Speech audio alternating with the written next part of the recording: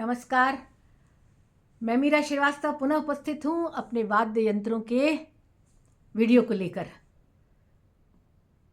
पिछले वीडियो में शंख से संबंधित दो महत्वपूर्ण बातें रह गई। एक तो शंख वाद्य जो है वो शिव मंदिर में नहीं बजाया जाता, केवल विष्णु और उनसे संबंधित जितने अवतार हैं या देवी देवता बाकी हैं उनके सब में बजता है, पर शिव मंदिर में शिव पूजा में शंख ध्वनि वर्जित है। क्यों? क्योंकि शिव ने शंखचूड़ नाम के राक्षस का वध किया था और उसको भस्म किया था। उसकी भस्म से ही जो है ये शंख बना। इसलिए जब हम विष्णु की पूजा करते हैं तो क्योंकि शंखचूड़ विष्णु का भक्त था, उन्हें बहुत प्यारा था, इसलिए शंख में पानी भरकर हम जल विष्णु को देते हैं। परंतु क्योंकि शंखचूड़ का वध शिव ने किया था, इसलिए शिव पूजा में शंख ध्वनि वर्जित है। दूसरी बात, इस शंख जो मैंने बताया था उड़ीसा और बंगाल, आसाम में लोक वाद्यों में बहुत प्रचलित है और लोक कलाओं में, लोक त्योहारों में, जो आज भी त्योहार मनाए जाते हैं, घर की पूजा की जाती है, सब जगह सुबह और शाम ये शंख बजाने की परंपरा है। और इस परंपरा में सुहाग चिन्ह के रूप में भी शंख, जो कड़ा पहनते हैं शंख का, और जो लाल चूड़ी पोला पहनते हैं, वो आज भी हर सुहागिन का सुहाग चिन्ह है। हैदराबाद में बसी अलका महापात्रा, जो कि उड़ीसा की हैं, हमें बता रही थी कि हाँ मैडम, आपने बिल्कुल सही कहा, आज भी हमारे घरों में सुबह शाम शंख वादन होता है। ठीक है ना। ऐसे ही एक और भक्ति की जो यंत्र है, घंटे का यंत्र, घंटियां, जिसको हम स्वर के माध्यम से, स्वर ताल का यंत्र है वो, जब उस पर चोट पड़ती है तो उससे जो ध्वनि निकलती है, तो ऐसा ताल, ऐसा वाद्य यंत्र घंटे का माना जाता है। सुनिए कितनी पवित्र घंटी सुनाई दे रही है।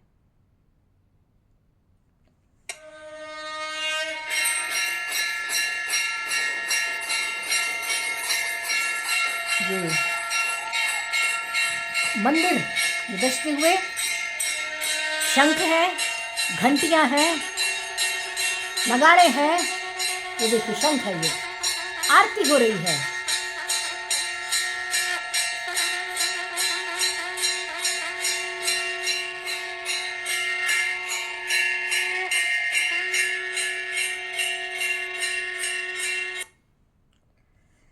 ये आरती हम जब भी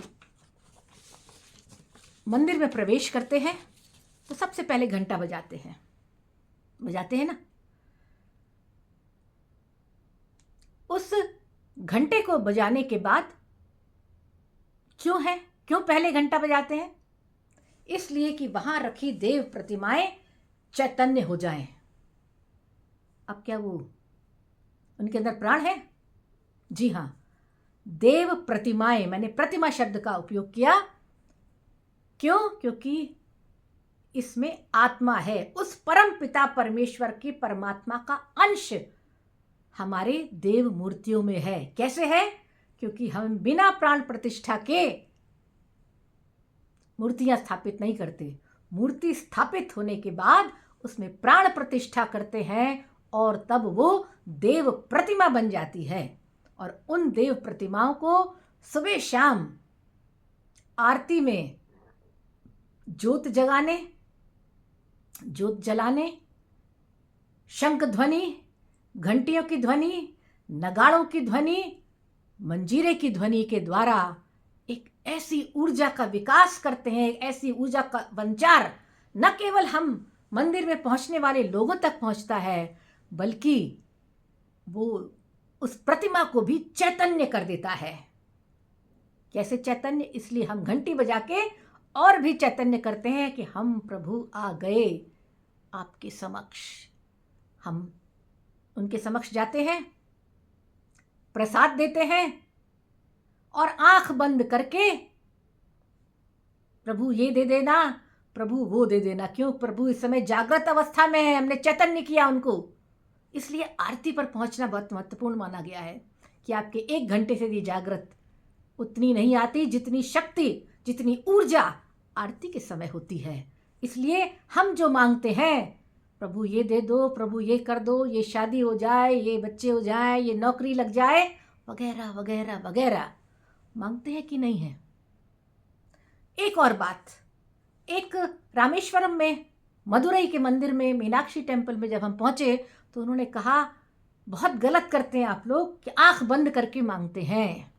आंख कभी बंद नहीं करनी चाहिए। देव प्रतिमा को, उसकी आंखों को, उसकी ऊर्जा को महसूस करिए, अपनी आंखों से अपने अंदर उतारिए, तभी आपको उस ऊर्जा का सही सही लाभ मिलता है।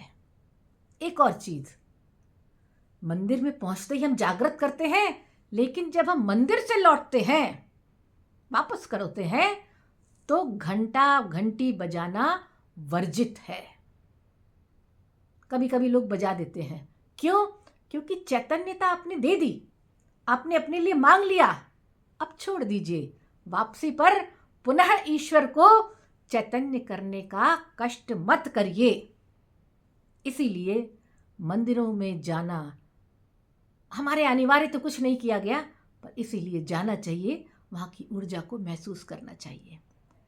ऐसे ही आपने कभी कभी देखा होगा या महसूस किया हो कि जब घंटा बजता है, घंटी बजती है, तो उसमें एक कंपन होता है, बहुत देर तक उसकी आवाज सुनाई देती है। सुनिए।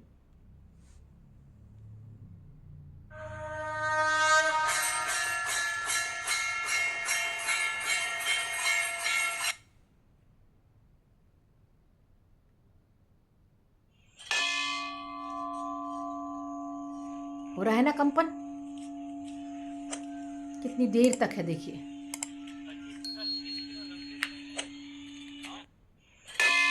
ये देखिए,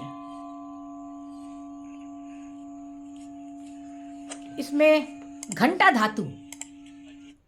धातु यानी कुछ कांसा, कुछ पीतल, इसको हम घंटा धातु कहने लगते हैं। तो घंटा धातु, इसमें हम कांसा मिलाते हैं,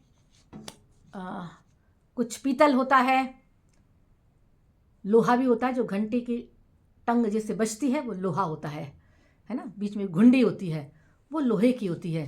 तो इन धातुओं से बनाकर इस वातावरण को शुद्ध करने में, हमको पवित्र करने में इन घंटियों का बहुत महत्वपूर्ण योगदान है। ऐसी मान्यता है, देखिए ऐसी मान्यता है कि जब संसार बना, ये सृष्टि बनी, तो एक नाद की आवाज थी। नाद, संगीत भी नाद से प्रारंभ हुआ, और ये नाद शिव का नाद भी कहलाया। यानी कोई एक आवाज जो इस घंटे की तरह थी, जो कंपन की आवाज आपने सुनी, वो थी। इसलिए हम इसको काल सूचक भी कहते हैं। जो घंटियां मंदिरों में लगी होती हैं, इसको हम काल सूचक भी बोलते हैं। और ये मान्यता है कि जब प्रलय होएगी, ये संसार नश्वर है, ये कलयुग जब समाप्त होगा, तब भी ऐसे ही घंटे की नाद हमको सुनाई पड़ेगी। तो डरिए नहीं, अभी तो कलयुग बहुत दिनों तक चलने वाला है, पर ये नाद और काल का ये प्रतिरूप हमारे सभी मंदिरों में लगा हुआ है। और हमारा ये नाद, हमारे ये घंटों की ध्वनि, हमारी ये घंटियां किसी भी रूप में हो, ये न केवल हमको पवित्र भाव से में लाती है, हमारे अंदर सकारात्मकता। वैज्ञानिक दृष्टि से यदि हम सोचें, वैज्ञानिक मान्यता के अनुसार सोचें, तो जहाँ भी घंटे की नाद होती है, चाहे वो शंख की नाद हो, चाहे घंटे का नाद हो, कंपन हो, इस कंपन से जीवाणु, विषाणु सब समाप्त हो जाते हैं।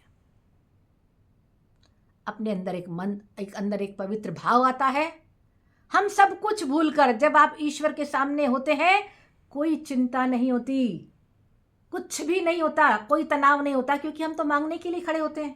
एक ही चीज याद है, ईश्वर हमको ये दे दो।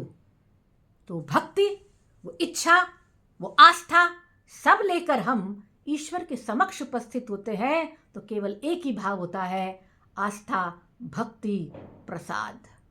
ईश्वर हमें प्रसाद के रूप में वो सब प्रदान करे जो हम चाहते हैं, जो हमको चाहिए, जो हमारे परिवार को चाहिए।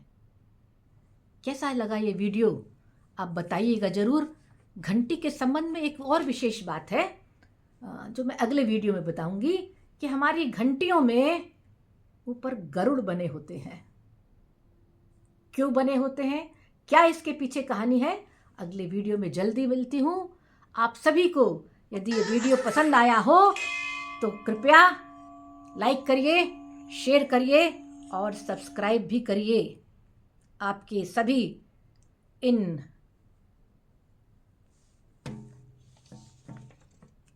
कमेंट्स को पढ़ने के लिए मैं तैयार रहूंगी। मैं पूरी कोशिश करती हूं कि आप सब मुझे इस घंटी देख लीजिए।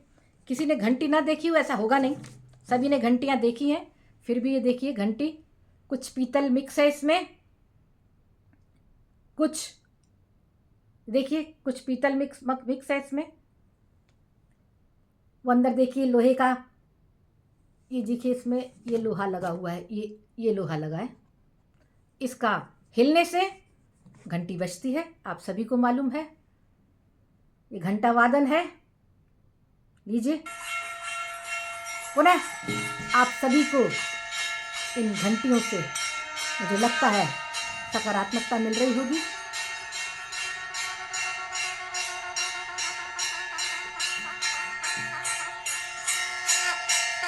पुनः मिलती हूँ, तब तक के लिए नमस्कार।